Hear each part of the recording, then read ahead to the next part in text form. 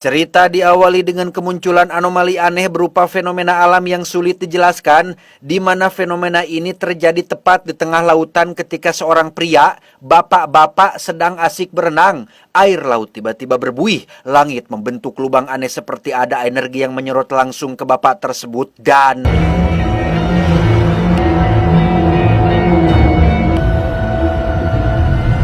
Tidak ada hal aneh yang terjadi, si bapak pun kembali ke daratan dengan penuh rasa heran atas kejadian barusan, di mana si bapak yang bernama Paul ini ternyata adalah seorang bos perusahaan pembuatan kapal kayu yang kebetulan sedang mengalami sedikit masalah finansial. Boleh. Berkendara sendirian, Paul hanyalah seorang kepala rumah tangga biasa yang nyaris tidak pernah mengalami kejadian adrenalin atau hal luar biasa selama hidupnya. Sama seperti kita, Paul hanyalah manusia biasa yang menjalani kehidupan normal seperti apa adanya.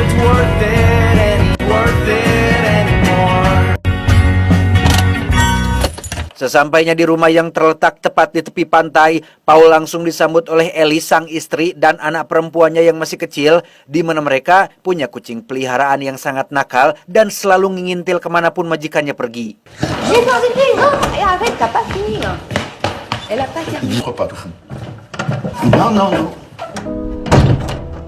Berlokasi di ruang bawah tanah, Paul pun mengajak putrinya untuk memperbaiki pipa air yang bocor, di mana si anak yang bernama Mia pun tampak asik bermain dengan mainannya yang dimainkan tepat di atas akuarium kecil. Tiens, Mia, tu peux me passer la pince orange s'il te plaît qui est sur l'établi? Di dekat tangki air, Mia melihat seekor laba-laba yang sedang bertengger, di mana Mia yang takut digigit pun menyuruh Paul untuk membunuhnya, tetapi karena laba-laba dianggap berguna untuk membasmi nyamuk dan tidak akan sampai memakan manusia, Paul pun menolak melakukannya dan justru malah berakting menjadi monster untuk membuat Mia tertawa. Non, pas le mousse. Vite manger. Allez, remonte, j'arrive. Paul pun mengambil sebotol minuman beralkohol yang disimpan di ruang bawah tanah, kemudian berjalan di anak tangga kembali ke dalam rumah. Semuanya sangat normal, tidak ada yang aneh, keluarganya sehat dan bahagia, nyaris tidak ada celah untuk mengeluh pada kehidupan. 3 hari kemudian, Paul terbangun di pagi hari dengan sedikit ekspresi ngorejat seperti sehabis mimpi buruk, di mana saat ia sedang mandi, Paul sempat memperhatikan pancuran air yang tampak sedikit berbeda dari sebelumnya, di mana hal aneh mulai terasa saat ia sedang memakai baju. Semua kemeja yang ia coba seperti kebesaran alias longgar, entah karena berat badannya turun atau ada hal lain yang sedang terjadi, entahlah, hanya Ceu Imas yang tahu. Setelah bekerja dan makan malam bersama keluarganya, Paul yang sedang rebahan bersama sang istri pun mulai kepikiran tentang eksistensi dirinya di alam semesta yang luas ini. Seberapa pentingkah perannya sebagai manusia? Paul tiba-tiba memikirkan arti terdalam sebuah kehidupan. 2 hari berlalu, Paul mulai merasa khawatir dengan semua kemejanya yang semakin longgar, di mana Paul menuruti saran Elise, istrinya, untuk pergi ke dokter guna melakukan pemeriksaan terhadap kondisi tubuhnya. Respire. Encore. Setelah mengecek tensi darah dan tetek bengek lainnya, dokter pun mengukur tinggi badan Paul, yaitu 176 cm dengan berat 74 kg. Bisa dibilang ideal dan masih normal-normal saja, tapi yang membuat Paul heran adalah terakhir kali ia ukur tinggi badan, tingginya adalah 180 cm pas. Itu artinya Paul sedikit menyusut 4 cm dari sebelumnya, tapi menurut dokter, penyusutan normal terjadi seiring bertambahnya usia dan tak ada yang perlu ditakutkan akan hal tersebut. De 4 cm? Pulang dari dokter, Paul langsung menelepon istrinya untuk memberi kabar tentang hasil pemeriksaan yang menyatakan kondisinya sehat-sehat saja, di mana Paul langsung berangkat ke tempat kerja dan melakukan aktivitas seperti biasanya.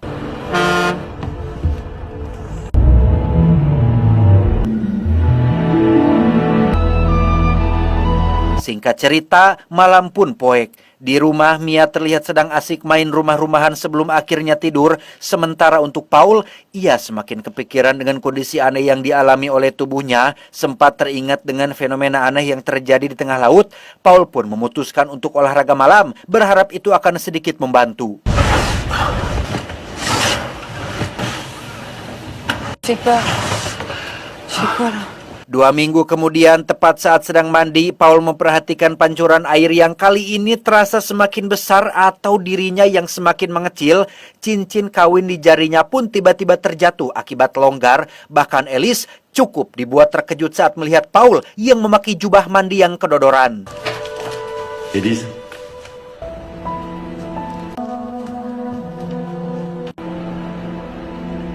Tanpa buang waktu, Elise langsung mengantar Paul ke rumah sakit untuk melakukan pemeriksaan otak menggunakan alat MRI dan...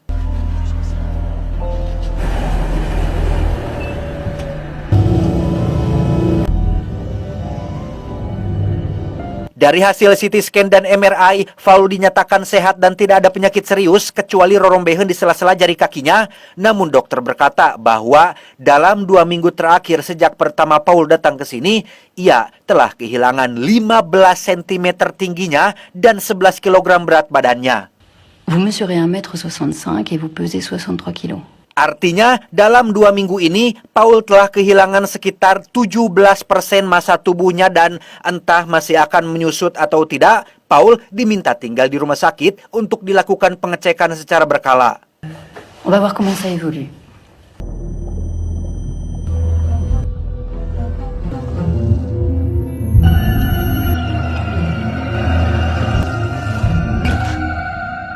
Sempat bermimpi buruk, Paul memutuskan kabur dari rumah sakit dan menolak perawatan. Ia merasa dirinya tidak sakit dan ingin pulang ke rumah seperti orang normal. Celui-là même qu'on voulait changer. On le sait bien pourtant.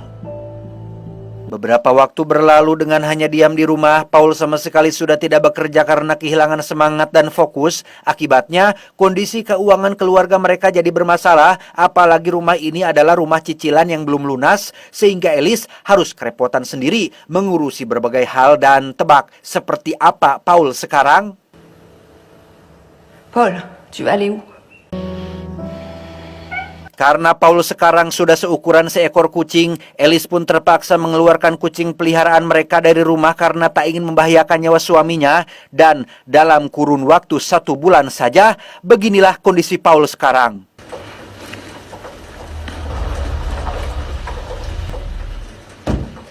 Ya, sekarang Paul bahkan tidak lebih besar dari kucing peliharaannya sendiri. Di mana saat ia sedang berdiri di depan pintu menunggu istri dan anaknya pulang, muncullah orang lain yang katanya ingin membeli rumah ini sehingga Paul langsung berlari untuk sembunyi di kolong kasur. Avec la terrasse qui donne sur la mer. Petite américaine. C'est joli la pierre là. Oui, elle fonctionne.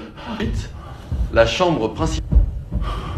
Ketika Elise sudah pulang, Paul langsung marah-marah karena ia tidak diberitahu sebelumnya, di mana Elise mengaku terpaksa melakukannya karena mereka sudah tidak mampu lagi membayar cicilan rumah ini. Qu'est-ce que tu crois? On sait pas tout. Je suis pas malade? Arrête, Paul. Je suis peut-être pas le seul d'ailleurs. Pardon. Excuse. Non, je suis pas malade. Je suis pas malade.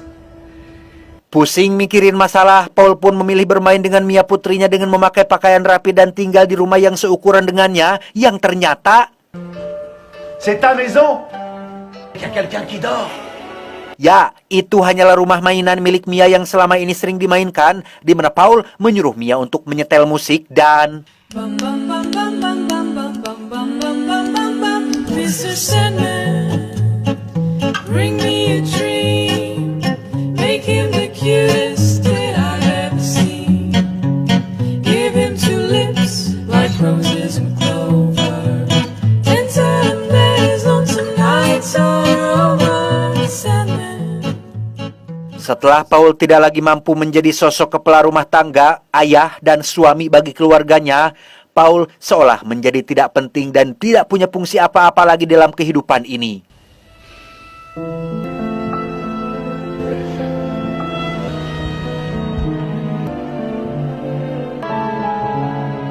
1 bulan kemudian, kini Paul hanya nyari seukuran pin kertas dan sebuah pensil, di mana ia terlihat sedang mengikat kail pancing untuk dijadikan alat panjat. Namun, masalah muncul ketika kucing peliharaannya berhasil masuk ke dalam rumah dan...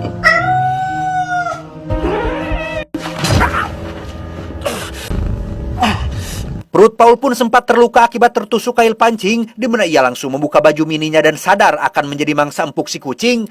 Paul pun berlari ke celah pintu menuju ruang bawah tanah dan tiba-tiba...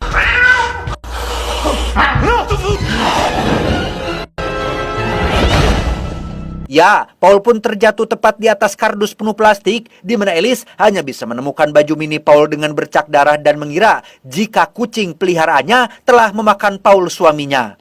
Là, je suis là! Elise, je suis là! Pourquoi t'as fait ça? Non, rien. Elise, je suis là! Je suis là! Meski sudah berteriak sangat kencang, suara Paul tidak bisa didengar karena ukurannya yang sudah terlalu kecil, di mana Paul harus terjebak di ruang bawah tanah rumahnya sendiri tanpa ada satu orang pun yang akan menyadarinya. 1 malam berlalu, Paul yang kedinginan pun terpaksa harus membuat baju dari sehelai kain kecil yang ia temukan dan hanya dengan bermodalkan jarum kecos yang ia bawa, Paul pun mencoba berkeliling ruang bawah tanah yang saat ini menjadi tempat yang luas dan cukup berbahaya.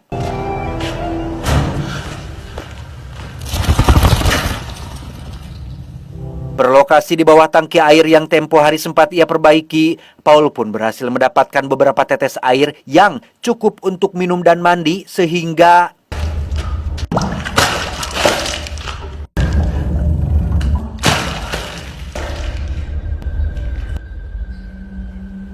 Keesokan paginya, Paul terbangun oleh suara Mia yang berteriak memanggil ayahnya, di mana saat akan naik, Paul melihat anak tangga yang dulu mudah ia naiki, sekarang menjadi semacam tembok tinggi yang mustahil untuk dipanjat dan... Mia! Alice dan Mia pun pergi dari rumah ini setelah mengira jika Paul sudah mati. Tak ada yang bisa Paul lakukan kecuali bertahan hidup dan sempat menulis namanya sendiri menggunakan kapur barus, tapi itu percuma saja. Alice dan Mia sudah keburu pergi dan tak akan kembali lagi.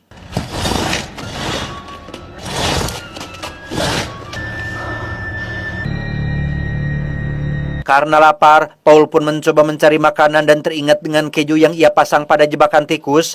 Berlokasi di sela-sela lemari pojok ruangan, Paul pun mencoba mengambil keju tersebut dan berhasil mengusir beberapa ekor semut yang sekarang ukurannya sebesar anjing. Perlahan tapi pasti, Paul pun mencoba mengambil keju tersebut tanpa terkena jebakannya dan...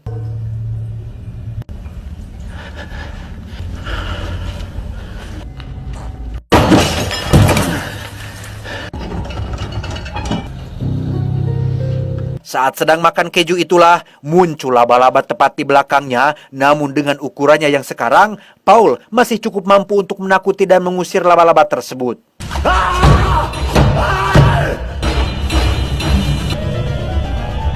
Tak aman berada di luar, Paul pun harus punya tempat tinggal untuk bisa tidur dengan nyaman. Menggunakan paku yang tadi ia temukan, Paul pun mencoba melubangi sebuah kardus yang bagi orang normal itu sangat mudah sekali. Tapi untuk Paul yang seukuran ini, itu adalah hal yang sangat sulit sehingga ia harus memakai air yang dibawa menggunakan tutup botol plastik untuk membasahi kardus tersebut.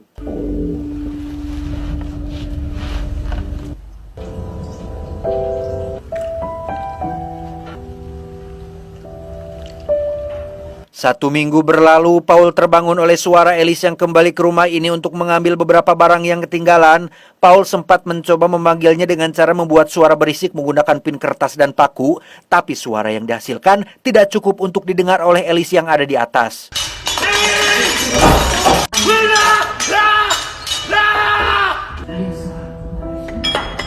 Frustasi, Paul pun teringat dengan botol minuman beralkohol yang ia simpan di ruang ini, di mana ia berhasil mengambil beberapa tetes alkohol yang cukup untuk membuatnya mabuk, tetapi... Ya, jangankan untuk manusia kecil seukuran Paul, minuman beralkohol memang berbahaya bahkan untuk manusia ukuran normal seperti kita. Yang tepat saat Paul sudah selesai muntah, ia kembali melihat laba-laba yang menjadi ancaman sekaligus musuh nyata di tempat ini. Tak ingin terus hidup dalam ketakutan, Paul pun memutuskan untuk melawan dengan cara akan menenggelamkannya ke dalam air di akuarium.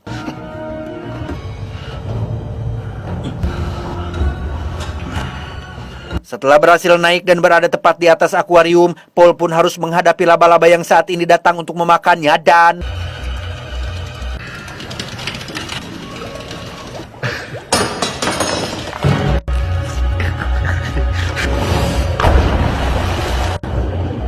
Ya, Paul pun jatuh ke dalam air akuarium dan melihat ikan peliharaannya sedang berenang. Karena ikan jenis ini bukan predator, Paul pun malah asik menikmati momen ini dengan penuh rasa kebahagiaan.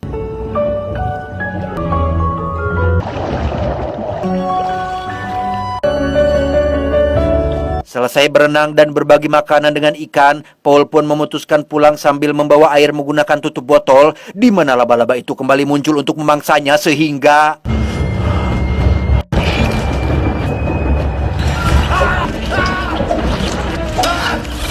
Meski ukurannya tidak jauh lebih besar dari ukuran Paul, laba-laba tersebut bergerak sangat cepat dan lincah membuat Paul kewalahan sampai akhirnya...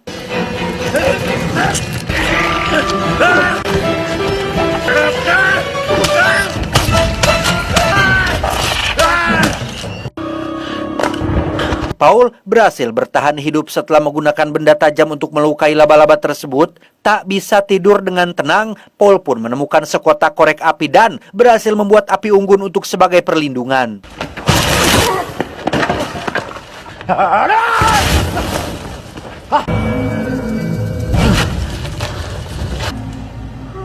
Hari demi hari berlalu dengan hanya makan, minum, dan bertahan hidup. Paul akhirnya mendapat harapan ketika ada seseorang yang datang yang sepertinya adalah pemilik baru dari rumah ini. Alih-alih meminta pertolongan dengan berdiri tepat di bawah anak tangga, justru inilah yang terjadi.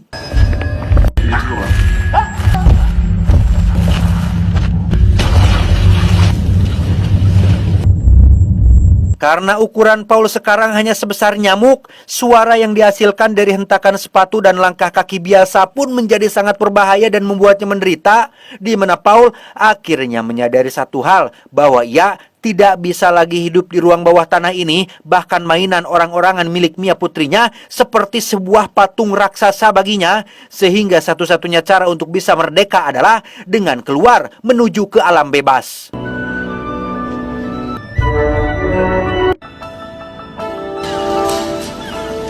Mumpung masih mampu, Paul pun memanjat tiang lemari kayu yang baginya seperti sebuah tebing raksasa dan...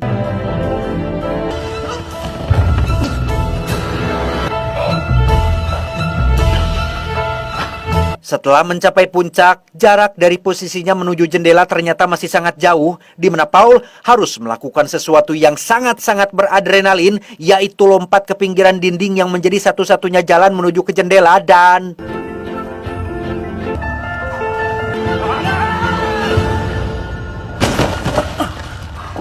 Masalah belum selesai sampai di sini. Paul masih harus melewati rintangan terakhir, yaitu jaring yang menjadi tempat tinggal si laba-laba. Dan tebak apa yang terjadi?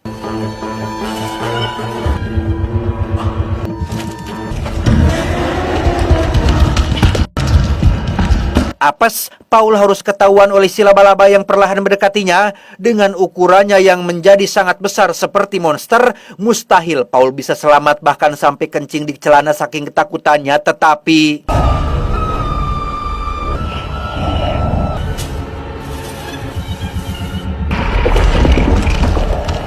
berkat seekor nyamuk yang tersangkut jaring, perhatian si laba-laba pun teralihkan oleh mangsa yang lebih besar, di mana Paul langsung berlari menuju ke jendela. Tetapi karena lubangnya masih terlalu kecil, Paul masih harus menunggu beberapa hari lagi sampai ukurannya sendiri cukup muat untuk bisa keluar. Beberapa hari berlalu tanpa makan dan minum. Paul dibangunkan oleh beberapa ekor semut yang juga menjadi ancaman nyata. Tapi tiba-tiba...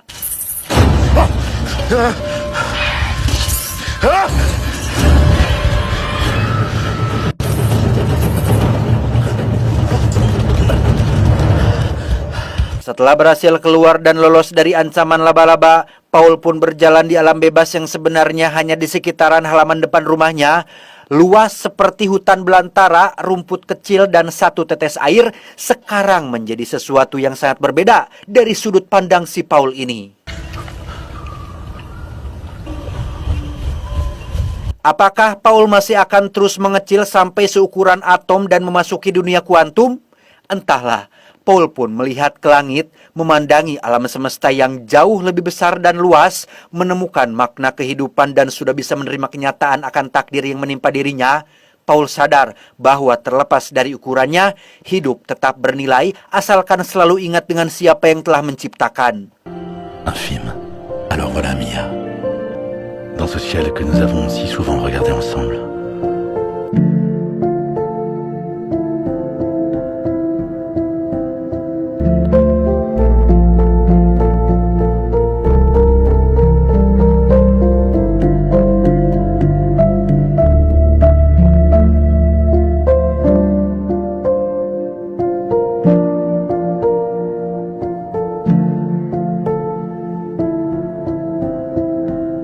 Tamat, ending yang cukup memaknakan.